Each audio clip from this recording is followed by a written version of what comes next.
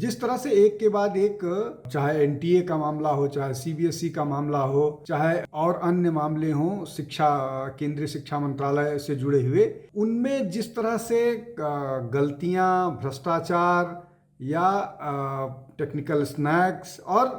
लगातार एक के बाद एक घटनाएं हो रही हैं, उसके बाद से न केवल बाहर के लोग, मतलब छात्र, पॉलिटिकल पार्टीज या सोशल मीडिया पर या और जो संगठन हैं, वो केंद्रीय शिक्षा मंत्री धर्मेंद्र प्रधान के त्यागपत्र की मांग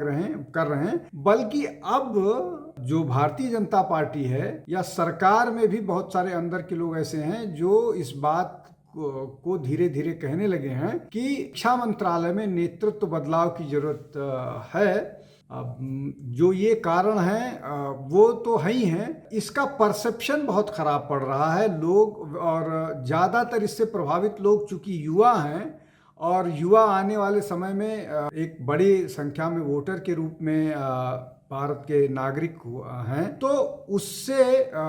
फ्यूचर प्रोस्पेक्ट को नुकसान होगा भारतीय जनता पार्टी को राजनीतिक तौर पर। इसलिए इस पूरे मामले को पटाक्षेप करने का एक ही तरीका है कि धर्मेंद्र प्रधान को से त्यागपत्र ले लिया जाए या किसी भी तरह से उनको इस जिम्मेदारी से मुक्त किया जाए। अब ऐसे तो संभावनाएं इस बात की भी बहुत तेजी से चल रही हैं कि जल्दी ही केंद्रीय मंत्रिमंडल में फेरबदल हो सकता है, और उस फेरबदल में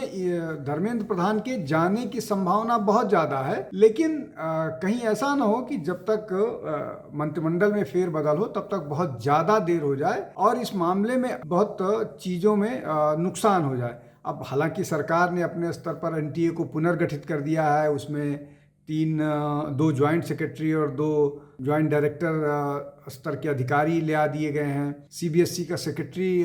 बदल दिया गया है, चेयरमैन बदल दिया गया है। तो ये सारी गतिविधि हो रही है, लेकिन क्या ये सारी गतिविधि परसेप्शन के तौर पर मायने रखती हैं, कितना फायदा करेंगी, ये कहा नहीं जा सकता। हालांकि जो जेनजी है जिसको बार बार विपक्ष इस मामले में घसीटने की कोशिश कर रहा है, जैसे सीबीएसई मामले का जो विसल ब्लोअर बच्चा है उससे राहुल गांधी ने कल मुलाकात की थी, तो विपक्ष अपने स्तर पर कोशिश कर रहा है। लेकिन क्या जो जेनजी है वो केवल एक तरफ है? क्या जेनजी जो